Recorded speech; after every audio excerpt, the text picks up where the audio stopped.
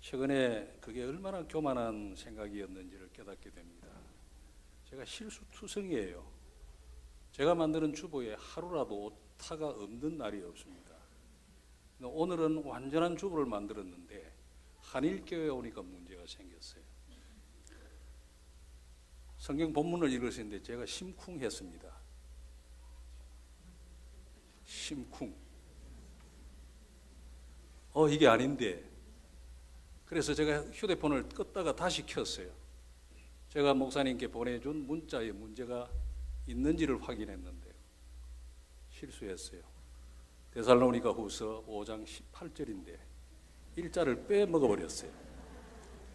그래서 본문을 다시 읽겠습니다.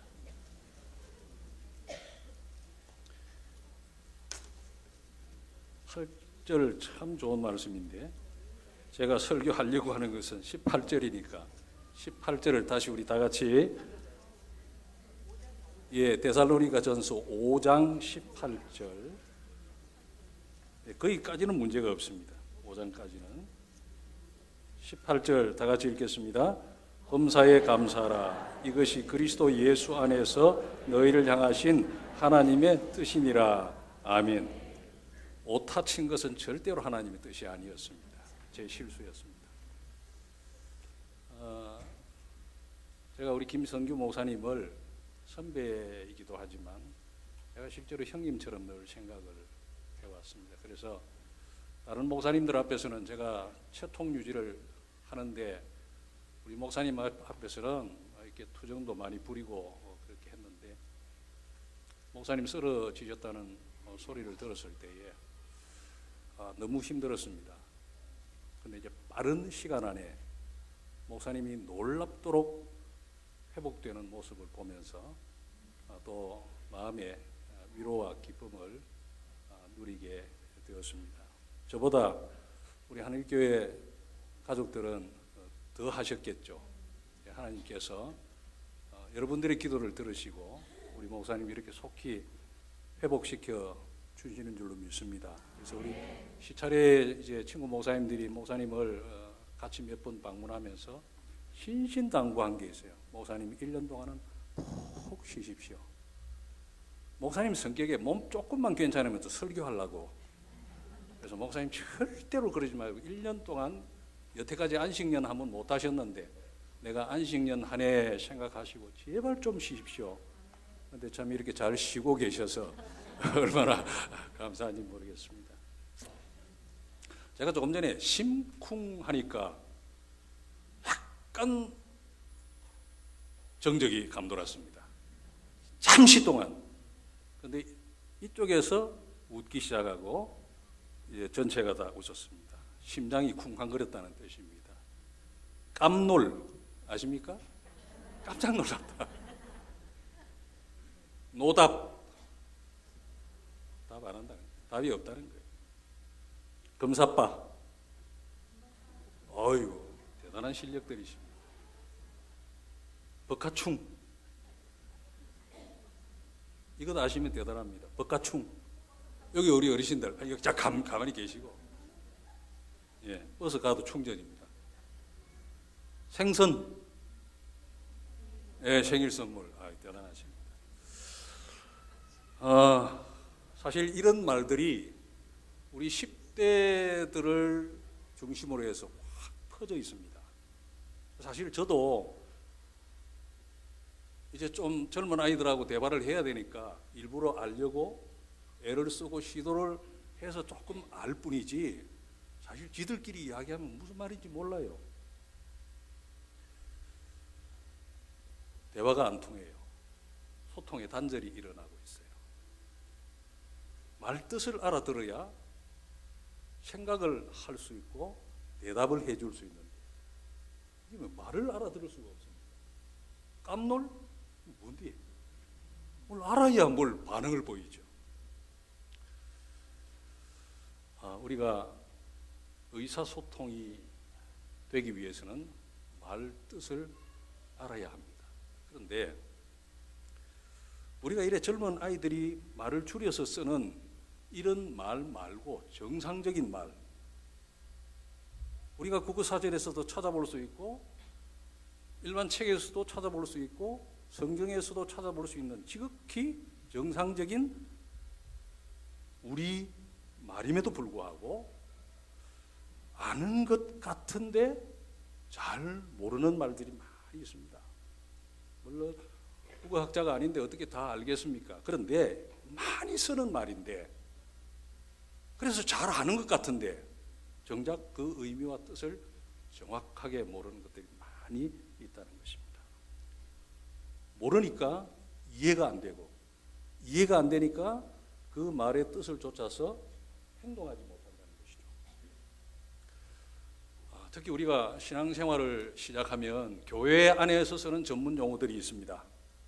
밖에서 친구들하고 등산 갈 때는 절대로 안 쓰는데 교회만 가면 엄청나게 쓰는 말들이 많이 있습니다. 은혜라는 말이 그런 말 중에 하나죠. 은혜 받았어. 은혜가 됐어. 은혜가 안 되네. 은혜 하나님의 은혜지. 등산 가면서 절대로 이 말 안 씁니다.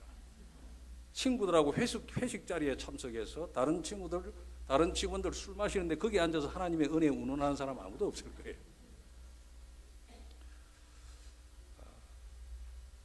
그런데 우리가 흔히 쓰는 말 중에 뜻을 사실은 잘 모르는 말들이 많다는 것인데, 그 중에 대표적인 것 하나가 교회입니다. 아니, 교회를 모르다니 무슨 목사님 그런 결례되는 말씀을 하십니까? 우리 한일교회 성도들은 교회에 대해서 너무나 잘 압니다. 그런데 내가 세 사람만 지적해서 물으면 정답 안 나옵니다. 오답이 나옵니다. 교회 잘 모릅니다. 교회를 모르기 때문에 교회를 함부로 대하고 교회에 대해서 함부로 행동을 하고 교회 가지고 장난치고 교회를 가지고 엉뚱한 일들을 하고, 그래서 교회가 오늘 이 모양이 되어버렸다 그 말이죠. 그것만큼이나 우리가 흔히 쓰면서 이해를 못하는 말이 하나님의 뜻이라는 말입니다. 하나님의 뜻. 여러분, 하나님의 뜻이라는 말을 많이 쓰시죠? 우리 교인들이 쓰는 은혜라는 말 다음으로 많이 쓰는 말이 하나님의 뜻입니다. 이래도 하나님의 뜻, 저래도 하나님의 뜻. 내가 게을러서 안 하고 나쁜 결과가 나왔는데 그것도 하나님의 뜻. 내가 문자를 잘못 보내가지고 18절이 됐는데도 그것도 하나님의 뜻. 그래서 성경 봉독하시는 분이 그 어려운 구절을 읽으셨는데도 그것이 하나님의 뜻. 우리가 하나님의 뜻이라는 말을 너무 많이 쓰는 것과 동시에 너무 난발을 하고 너무 오용을 한다 그 말이죠. 여러분, 하나님의 뜻이라는 말의 의미를 아십니까? 그리고 하나님의 뜻이 도대체 무엇인지를 아십니까? 그 질문 자체가 너무 광범위한 의미를 포함하고 있기 때문에 쉽게 대답하기가 어렵습니다. 하나님의 뜻을 물론 김 목사님께서 잘 가르쳐 주셨기 때문에 잘 알고 계실 줄로 믿고, 또 우리 목사님께 쉬실 때에 우리 부목사님들이 설교를 하시는데 한일교회 부목사님들 참 다 훌륭하신 분들이에요. 다 똑똑한 분들이고 다 기도도 많이 하고 설교도 잘 하시는 분들이기 때문에 잘 가르치실 것이라 그렇게 생각이 되지만, 혹시 여러분들 중에 10사람이라도 모르는 분이 계시면 오늘 정리를 좀 하시면 좋겠습니다. 하나님의 뜻이 무엇인가? 다양한 방법으로 쓰여지고 있습니다만 그걸 크게 둘로 구분을 할 수 있습니다. 첫 번째는 하나님의 계획입니다. 그것이 하나님의 뜻입니다.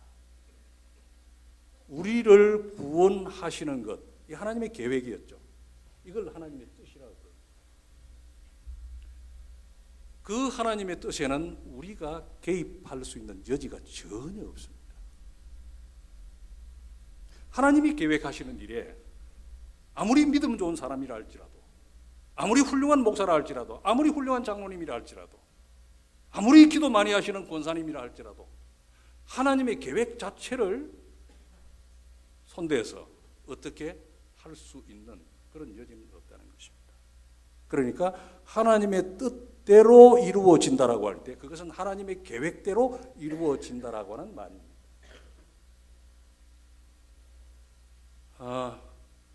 교육의 제일 좋은 방법은 질문하는 것이라고 그래요.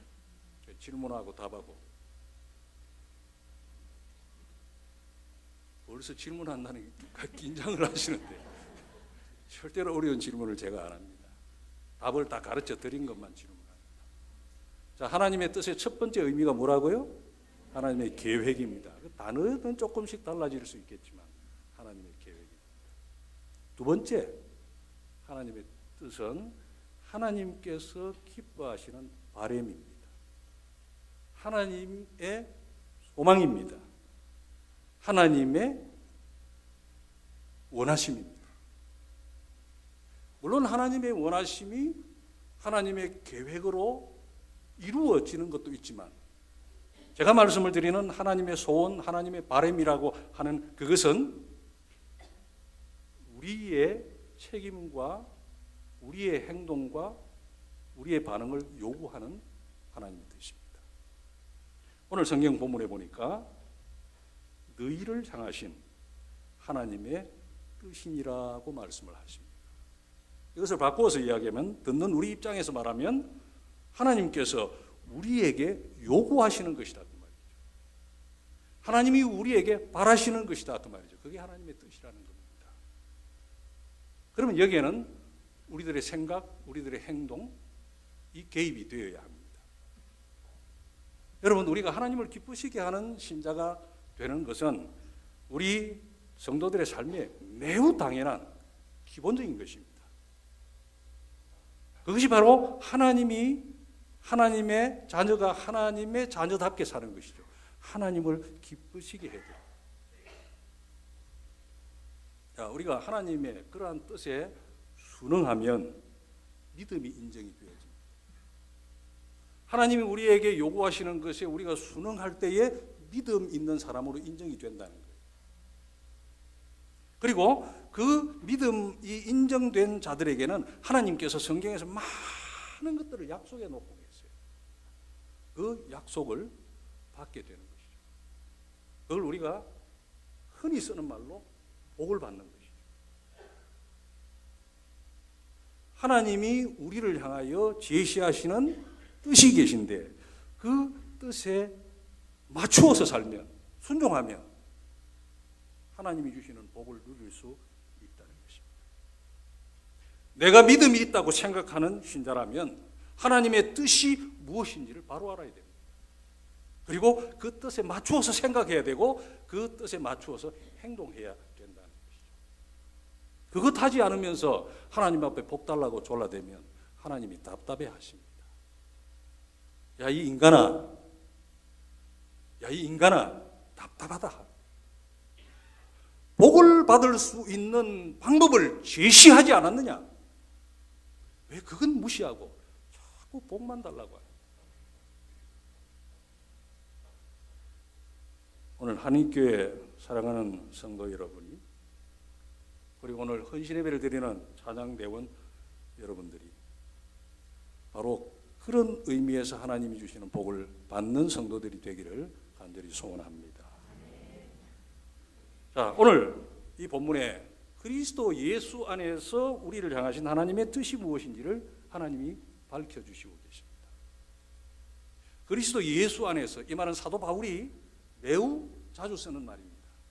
그리스도 예수 안에서, 이 말의 의미를 좀 쉽게 설명하면 예수 그리스도를 믿는 자들에게 그렇게 이해를 하셔도 됩니다. 예수 그리스도를 믿는 자들에게 원하시는, 바라시는 하나님의 요구가 있다는 것입니다. 그게 무엇입니까? 범사에 감사하라. 이 말씀을 들으면서 어떤 분들은 그거 참 1년에도 몇 번씩 들은 이야기고, 내가 지금까지 교회 생활하면서 수백 번도 설교를 들었는데 오늘 모처럼 헌신예배라고 불러놓으니까 또 그 말이냐 라고 생각할 수 있습니다. 그렇습니다. 우리는 흔히 들을 수 있는 것에 대해서 그런 선입견을 가지기 때문에 우리가 진정한 의미의 하나님의 뜻을 모르고 살 수 있다. 예수님께서 어린 아이들을 앞에 세우시고 천국은 이런 자들의 것이라고 말씀하셨어요. 그 아이들이 어떤 아이들인지에 대해서는 설명을 하지 않습니다. 1 이렇다, 2 이렇다 설명하지 않습니다. 그건 우리 목사들에게 너희들이 하라고 맡겨주신 부분이기 때문에 우리가 설교를 할 수 있는 것이죠. 그런데 우리가 선입견을 직감적으로 느끼는 것은 어린 아이들의 겸손입니다.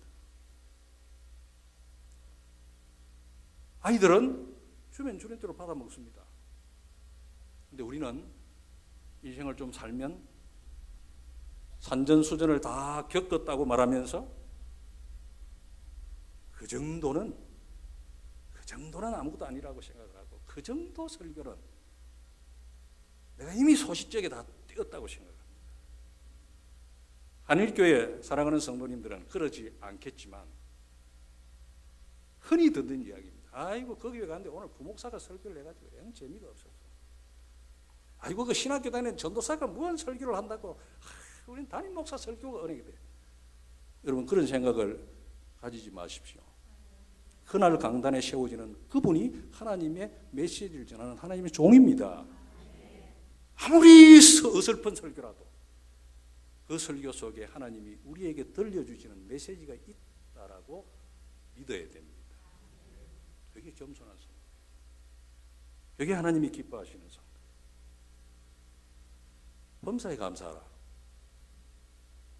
참 쉬운 이야기죠. 어떤 개그맨이 하는 말로 참 쉽죠? 쉽습니다. 그런데 이 말을 우리에게 바라는 하나님의 요구라고 생각할 때 이 요구에 응해드리는 것은 너무너무 어렵습니다. 너무너무 어렵습니다. 범사에 감사라. 그 말의 뜻을 제가 설명을 하겠습니다. 범사라는 말 참 쉬운 말이에요. 그러나 그렇게 쉽게 얘기고 후딱 지나갈 만한 수준의 말도 아니에요. 어렵지도 않지만 그렇게 쉬운 말도 아니에요. 범사라는 말을 문자적으로 설명하면 모든 일이라는 뜻입니다. 모든 일. 그리고 모든 처지라는 뜻이에요. 어떤 상황에서라도 모든 일에 그 말이에요. 좋은 일에도 굳은 일에도. 좋은 일에 감사는 누구나 다 할 수 있죠. 그런데 오늘 사도 바울을 통해서 하나님께서 우리에게 말씀하시는 당신의 뜻인 범사에 감사는 그 감사는 굳은 일에도 감사하라는 거예요. 즐거운 일에도 감사해야 되지만 아주 불쾌한 일에도 하나님은 우리가 감사하기를 원하십니다. 행복한 일에는 감사하겠죠. 그러나 내가 지금 불행하다고 느껴질 수밖에 없는 그 상황에서도 그리스도인들은 구원받은 성도는 감사해야 된다는 것입니다. 잘된 일에도 감사하고 못된 일에도 감사합니다. 어떤 환경, 어떤 처지, 어떤 입장, 어떤 형편에 놓이든지 감사합니다. 예를 들면 성공했을 때 감사합니다. 실패했을 때는 어떻게 합니까? 실패했는데 무슨 감사해요? 그런데 범사에 감사하라 그 말은 실패했을 때도 감사하라. 이게 이제 이해가 안 되는 거예요. 이게 소화가 안 되는 거예요. 이 말이, 이 말씀이. 그래서 짜증이 나는 거예요. 하나님 지금 내가 무슨 감사할 일이 있다고 감사하라고 자꾸 그러십니까? 실패 자체가 감사의 이유가 될 것인가? 고민을 합니다. 그런데 우리가 분명히 기억할 일은 있습니다. 할 일이 있습니다. 실패했는데 그 실패한 상황 속에서도 우리가 감사해야 되는 조건들이 있다는 거예요. 믿음의 사람들은 그걸 발견하기 때문에 감사하게 된다는 거예요. 원하는 것이 이루어졌을 때도 감사하지만 이루어지지 않았을 때도 감사하는 거예요. 돈을 많이 가졌을 때도, 돈을 많이 벌었을 때도 감사하죠.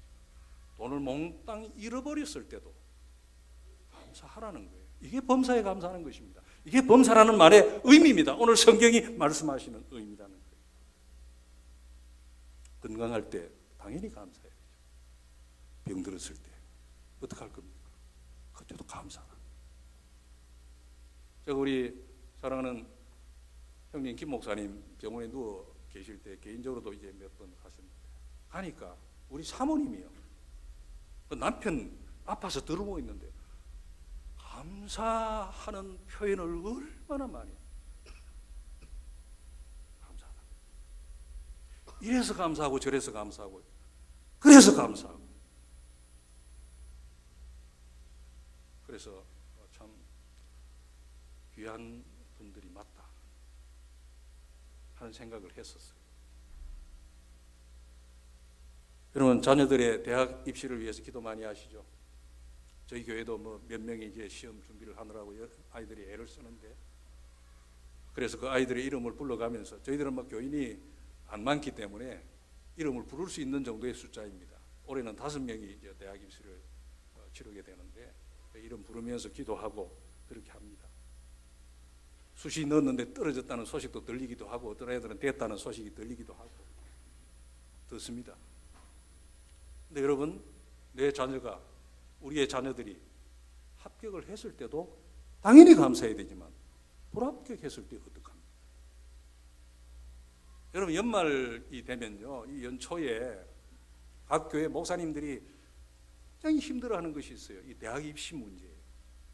합격하는 친구들도 있고 떨어지는 친구들도 있는데 합격하는 친구들에 대해서 교회 앞에서 광고를 못하는 거예요. 왜냐하면 떨어진 자녀들, 떨어진 부모님들 마음 상할까 봐. 그래서 교회는 위로와 긍휼을 먼저 생각해야 되기 때문에 합격한 놈들은 당연히 가만히 놔둬도 좋겠지만 떨어진 아이들, 그 부모들의 마음을 어루만져 주는 것이 또 우선순위이기 때문에 서울대학에 수석 합격을 해도 떨어진 아이가 있으면 말을 못하는 거예요. 그러나 우리가 이 범사에 감사한다는 말의 의미를 소화를 시키면 떨어졌건 붙었건 감사할 수 있는 그런 분위기가 될 수 있다는 것이죠. 그렇게 해야 된다는 것이죠. 우리 교회도 보면은 어떤 집사님이 어떨 때는 막 날아갈 듯이 금방 천국 갈 듯이 그러다가 어떤 날은 코를 석 하나 빼고 왜 그래? 시험 망쳤다는 거예요. 아이가 중학교 다니는 아이인데 시험을 망쳤다는 거래. 야, 중학교 다니는 아이 시험 좀 망치면 인생 망치는 아이인데 뭘 그래 코를 석 하나 뽑고 다니냐. 그래야 돼요 목사님. 여러분 아이의 성적이 올랐을 때만 감사하지 마시고 성적 떨어졌을 때도 감사할 수 있기를 바랍니다. 제 딸이 미국 가 있는데 제 딸이 수년 전에 저에게 부탁한 것이 있어요. 아빠 제발 저희들을 예화사전으로 쓰지 마시기 바랍니다. 우리 아이들 이야기 가지고 해야지 남의 아이들 이야기 가지고 하면 안 되니까요. 우리가 둘째가 지금은 나이는 30이 넘었습니다만은 얘가 어릴 때 몸이 너무 아팠어요. 그래서 지 엄마가 공부를 독려해서 못 시켰어요. 지 누나는 좀 그렇게 했는데 그러니까 공부를 자유롭게 이 아이는 성적표 들고 와서 왜 이러느냐 소리를 한 번도 안 들어보고 그랬어요. 초등학교 3학년 때인가 언젠가 한 번은 시험지를 들고 이러고 오는 거예요. 왜 그러냐 40점 받았대요. 40점을 받았는데 너무 좋아하는 거예요. 그래서 참 나는 행복하다. 잘했다. 40점 받아도 기뻐할 일이고 감사할 일이다. 여러분 며느리가 이쁜 짓 하면 참 감사하죠. 우리 며느리 잘 봤어요. 근데 며느리가 미운 짓을 하면 어떡할 겁니까? 여기 시어머님들 많이 계신데 보니까 어떡하실 거예요? 그래도 감사하라는 거예요. 며느리들 입장에서 시어머니가 잘해줄 때는 감사하는데 시어머니가 잔소리하고 못 살게 굴 때는 어떻게 합니까? 교회에서요, 시어머니 욕 함부로 하면 큰일 나거든요. 말은 아니에요. 말은 안 돼. 시어머니 물으면. 집사님 요즘 그 시어머니 좀 어때요?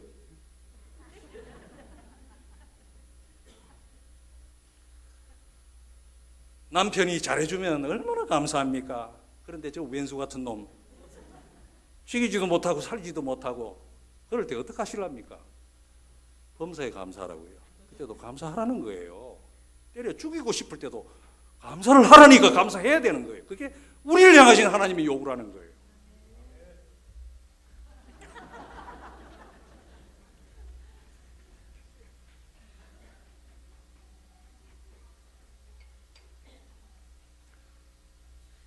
우리가 경험할 수 있고 우리가 생각할 수 있고 지금처럼 우리가 나열할 수 있는 수많은 경우 모두 해당되어지는 것이 바로 범사입니다. 제가 왜 이런 것들을 좀 구체적으로 말씀을 드리느냐 하면 이건 뭐 범사라는 말을 간단히 설명하고 지나가면요 뭐 그뿐이에요. 그래서 제가 오늘 작정을 하고 좀 그래도 몇 가지는 제가 생략을 하겠습니다. 이런 모든 경우, 이런 모든 환경, 이런 모든 처지, 모든 입장에서 언제나 감사하라. 이것이 하나님의 은혜로 구원받은 성도들을 향하여 주님이 원하시고 바라시고 요구하시는 삶의 모습이다. 범사에 감사하시기 바랍니다. 사당대장이 연습을 너무 오래 섞여서 배가 고파 죽겠는데 한 번만 더 합시다, 한 번만 더 합시다. 그래도 감사하셔야 되는 거예요.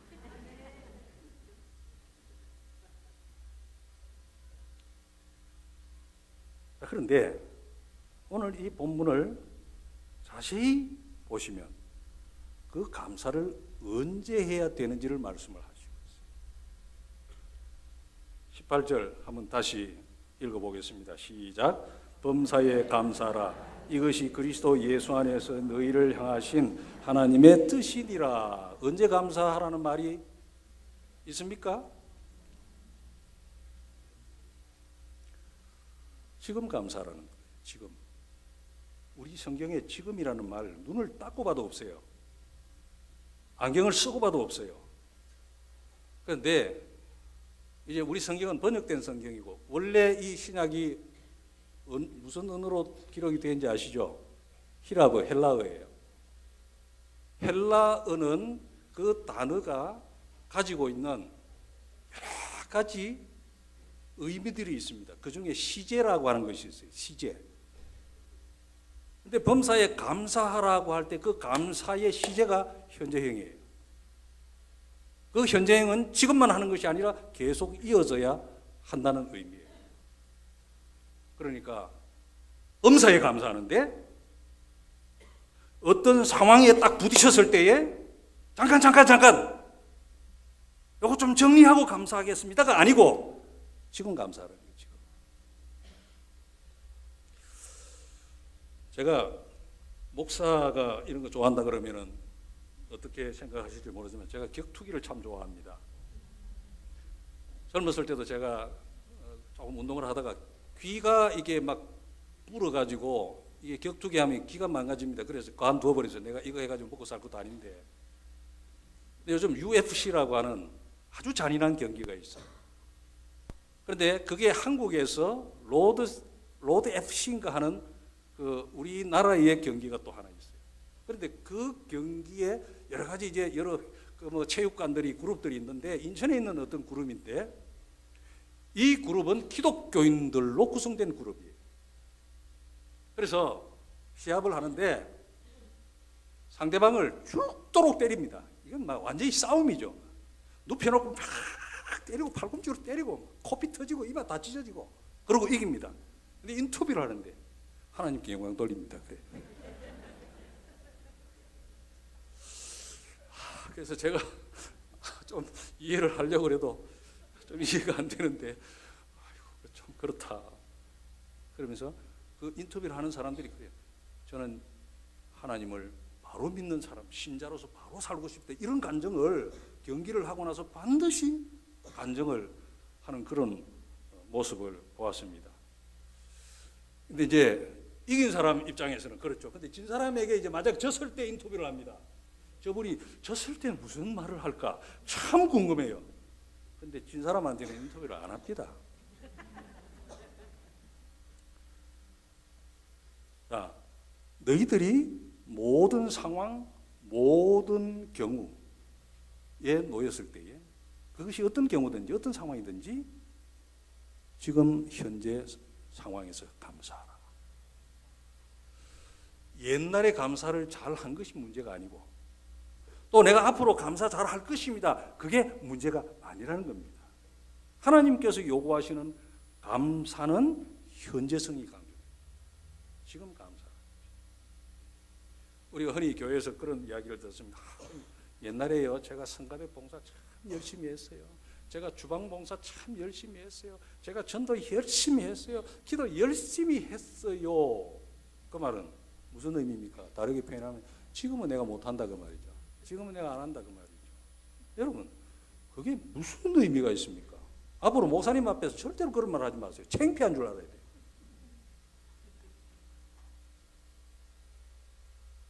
우리의 신앙은 현재형입니다. 현재형이에요. 우리가 천국 가는 것도 옛날에 잘 믿은 것 가지고 가는 거 아니에요. 지금 믿음을 가지고 가는 거예요. 현재형이에요. 신앙은 현재입니다. 나중에 잘할게요. 나중에 봉사하겠습니다. 이런 이야기 수도 없이 듣습니다. 김 목사님 저보다 많이 들을 거예요. 교인이 더 많으니까 수없이 들을 거예요. 기도 생활 좀 합시다. 나중에 제가 잘할게요.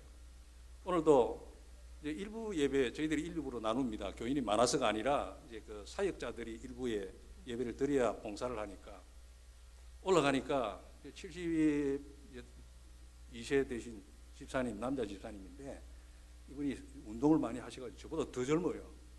근데 이분이 내려오시는 거예요. 집사님 왜 내려오시냐? 이게 농장이 있는데 그 농장에 일하러 가셔야 된대. 이게 예배 드려야 되는데. 그러니까 목사님 일찍 와서 내가 기도하고 갑니다.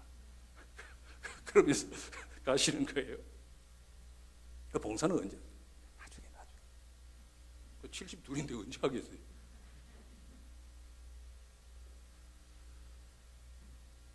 지금 안 하면 나중에도 못 합니다. 나중에 하겠다는 사람 치고 나중에 진짜로 잘하는 사람 만나보기 쉽지 않습니다. 지금 안 하면 나중에 할 확률이 훨씬 낮아진다는 것이죠. 지금 못하면 나중에 못할 확률이 거의 100%예요. 감사도 마찬가지입니다. 지금 안 하면 나중에 못합니다. 지금 못하면 나중에도 못할 가능성이 훨씬 많아집니다. 왜냐하면 그때마다 어려운 문제들이 있기 때문에, 그때마다 문제가 있기 때문에. 언제 문제가 없어질까요? 우리가 언제 없어질까요? 죽어야 죽고 나서 할 거예요. 죽고 나서. 사랑하는 여러분, 주님은 우리들에게 지금 하라고 말씀을 하시고 계십니다. 지금 현재 상황에서 감사는 우리가 되기를 바랍니다. 이게 시간을 목사님 얼마나 해야 되는지 제가 다짐을 하고 왔어요. 짧게 해야지. 왜냐하면 오후에 피곤하실 텐데 짧게 해야지. 근데 뭐 엄청 길어져 버렸어요. 설교 반도 못했는데. 너무 걱정하지 마시고 저도 집에 가야 되니까 조금 더 말씀을 드리겠습니다. 자, 그런데 이제 문제는 감사를 하지 못하는 것이 문제란 말이죠. 감사하지 못하는 이유가 뭘까? 그걸 생각을 해보아야 됩니다. 무엇 때문에 우리가 감사하라고 하시는 하나님의 음성을 알면서도 감사하지 못할까? 감사할 일이 없습니다라고 말하면 할 말이 없어요. 그러면 다시 제가 질문합니다. 정말 당신이 당신의 삶에 감사할 일이 없습니까? 여러분, 감사할 일이 분명히 있습니다. 분명히 있습니다. 그런데 감사할 상황에 있으면서도 감사하지 못하는 것이 우리의 삶의 태도 때문이에요. 감사하지 않는 것이 습관화되어 있기 때문에. 원망하고 불평하는 것이 습관화되어 있는데 갑자기 교회 오니까 감사하라고 그러니까 그게 됩니까? 제가 가끔 저도 이제 해외여행을 하는데 패키지 여행을 하죠. 얼마 전에 우리 교회 성도 한 분이 아주 가난하게 사시는 분이 1년 동안 돈을 모아서 저희 부부 해외여행을 보내줬어요. 정말 그 돈은 정말 아픈 돈이에요. 어디로 갔느냐면 앙코르왓. 목사님 그거 언젠가는 출입을 하지 못하게 된다고 하는데 거기 좀 다녀오십시오. 그래서 제가 마지못해 감사함으로 갔습니다. 갔는데 호텔에서 해외여행을 왔을 때 제가 두 가지 즐거움이 있어요. 하나는 나갔다 오면 이부자리 깨끗하게 정리하고 호텔 방 깨끗이 치워요. 우리 집에서도 그렇게 못하거든요. 그러면 팀만 일부를 놓고 갔다 오면 쫙 정리가 되어 있는 거예요. 너무너무 기분 좋아요. 그 즐거움 말로 표현하지 못할 정도로 좋아요. 그 다음에 두 번째는 아침에 호텔에서 식사하는 거예요. 그것 때문에 여행 가는 거예요. 평소에 집에서는 우리 집사람이 이러면 제가 꼼짝 못 하거든요. 배를 딱 쳐다보면 제가 먹던 거 중단해야 돼요. 근데 거기서는 자유를 주는 거예요. 먹을 것이 너무 많잖아요. 근데 이번에도 여행을 갔는데 별 5개짜리 호텔이었어요. 그러니까 나름대로는 음식을 잘 주더라고요. 그런데 제가 이제 앉아서 식사를 하려고 기도를 하고 눈을 뜨는데 어떤 아주머니가 접시에 음식을 이만큼 달아가면서 옆에 있는 친구하고 투덜거리는데 이 호텔 먹을 게 없어. 그래. 제가 한참 쳐다봤어요. 뭐 우리나라 사람들이 좀 많이 왔더라고요. 이 호텔 먹을 게 없어. 그럼 그거 뭔데? 버스를 탔습니다. 우리하고 같은 팀에 저 또래 남자들이 몇 명 있었어요. 저 대구 사는 분들인데 저하고 동갑도 한 분 계시고 그분이 내가 해외여행을 수없이 다녀봤는데 여기처럼 먹을 것 없는 것 처음 봤다. 저는 먹을 게 너무 많던데 저 쌀국수가 너무 좋더라고요. 그러다 뭐 고수를 한 줌 집어넣었어.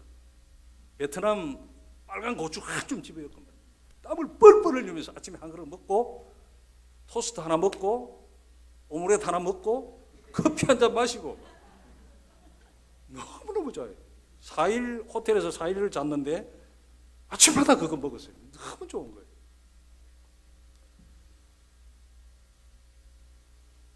내 입맛에 맞는 음식이 없다는 뜻이긴 할 거예요. 그런데 지금 내가 어디 있는지를 잊어버립니다.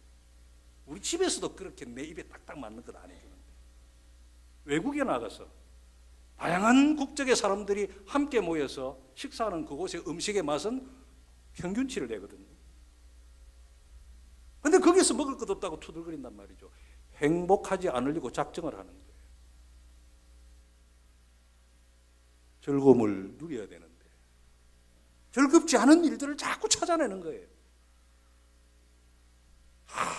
여기 신라 호텔보다 빵이 맛이 없어. 어쩌라고?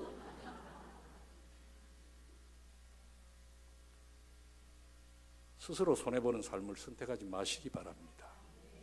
손해볼 짓이에요. 손해볼 짓이에요.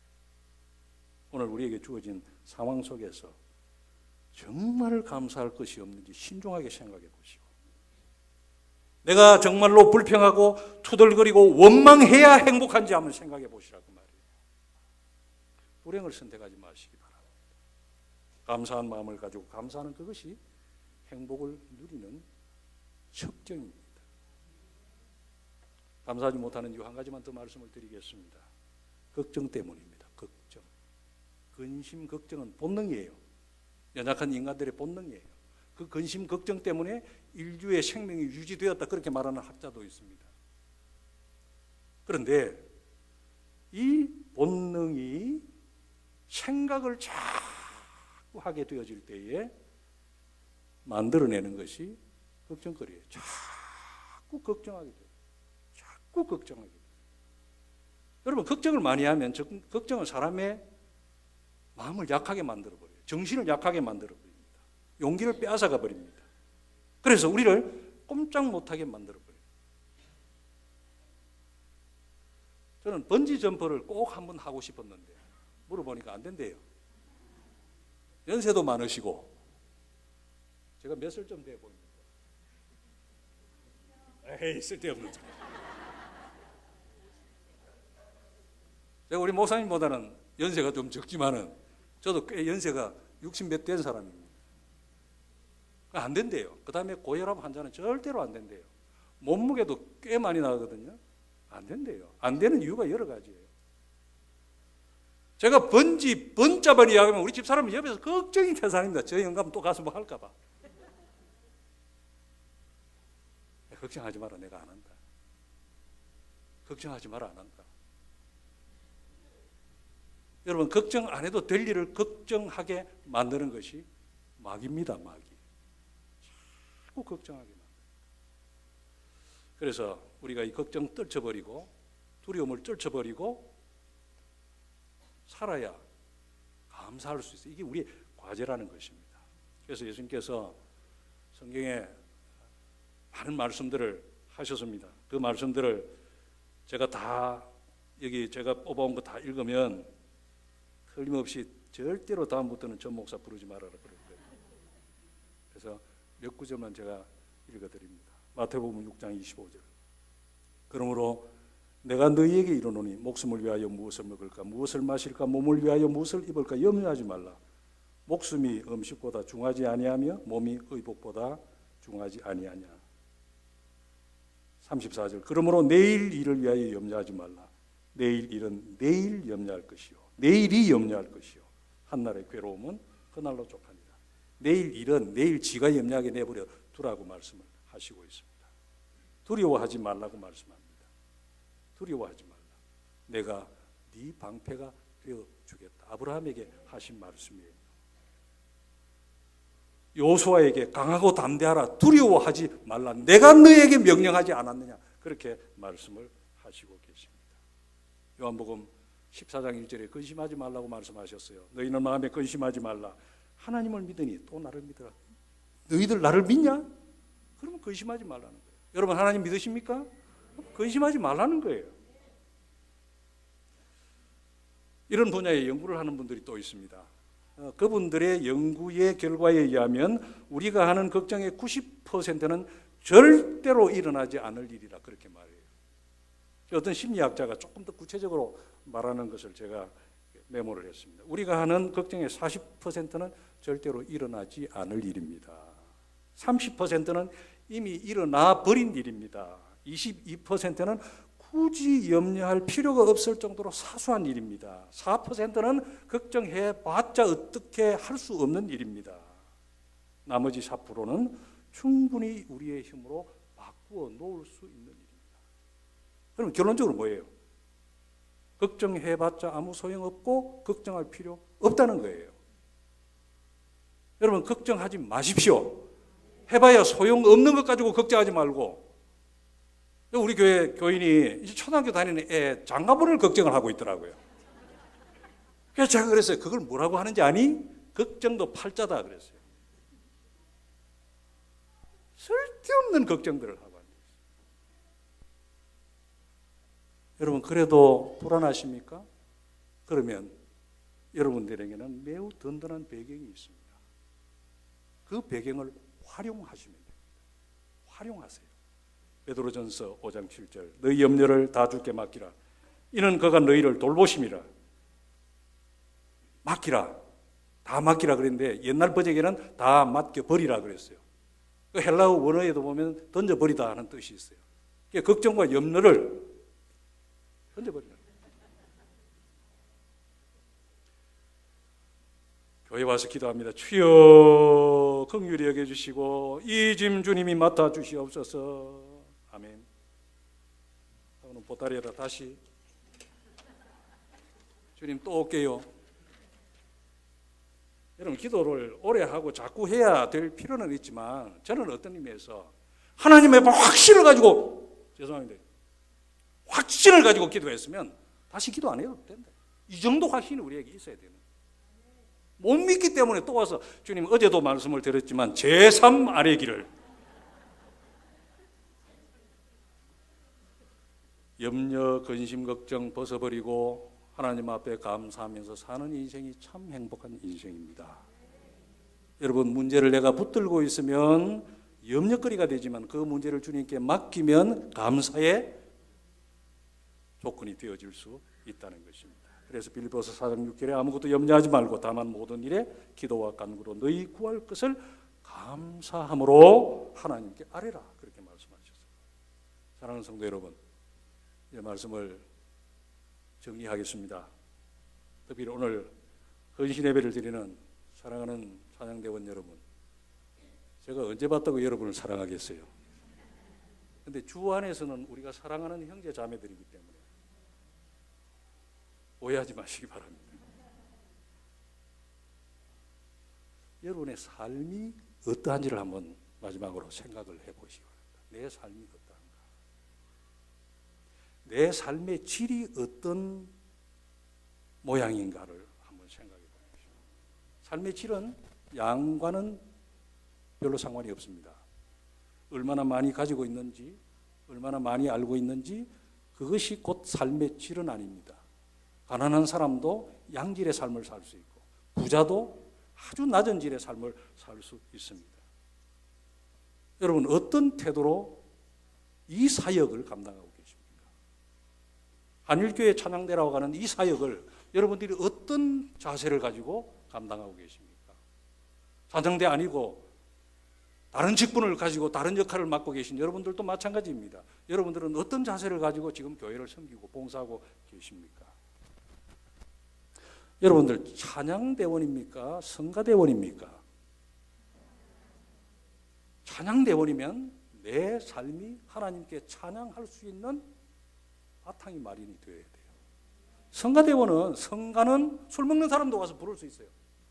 노래 자체가 성가니까.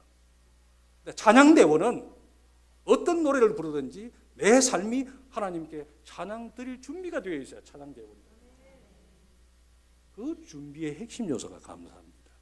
감사하는 모습으로 찬양해야 그게 찬양이 되는 것이죠. 제가 교회 안에 떠도는 속설을 하나 소개하겠습니다. 속설입니다. 제 말도 아니고 김 목사님 말씀도 아니고 속설이에요. 교회에 두 곳만 조용하면 교회가 조용하다. 그게 어딘지 아세요? 찬양대와 주방입니다. 거기만 조용하면 교회가 조용하대요. 거기만 은혜로우면 교회가 은혜롭대요. 무슨 의미인지 짐작이 충분히 됩니다. 하나님 앞에 감사하는 마음으로 찬양하십니다. 감사하는 마음으로 교회를 섬기시기 바랍니다. 그러면 우리는 하나님의 뜻을 이루어드리는, 하나님의 간절한 소망을 이루어드리는 복된 하나님의 자녀들이 될 것이고, 그러면 하나님의 복이 여러분들이 이미 받으신 그 복 위에 임하게 될 줄로 믿습니다. 그런 우리 찬양대원과 한일교회 교우들이 되시기를 주의 이름으로 축원합니다. 한번 기도하겠습니다. 하나님, 주님의 뜻을 알고 주님의 뜻을 이해하고 순종하는 찬양대원들이 되게 해주시고 한일교회가 되게 하셔서 하나님을 기쁘시게 하는, 그래서 믿음이 인정되어지고 주님이 주시는 은혜를 누리게 하여 주옵소서. 예수님의 이름으로 기도드리옵나이다. 아멘.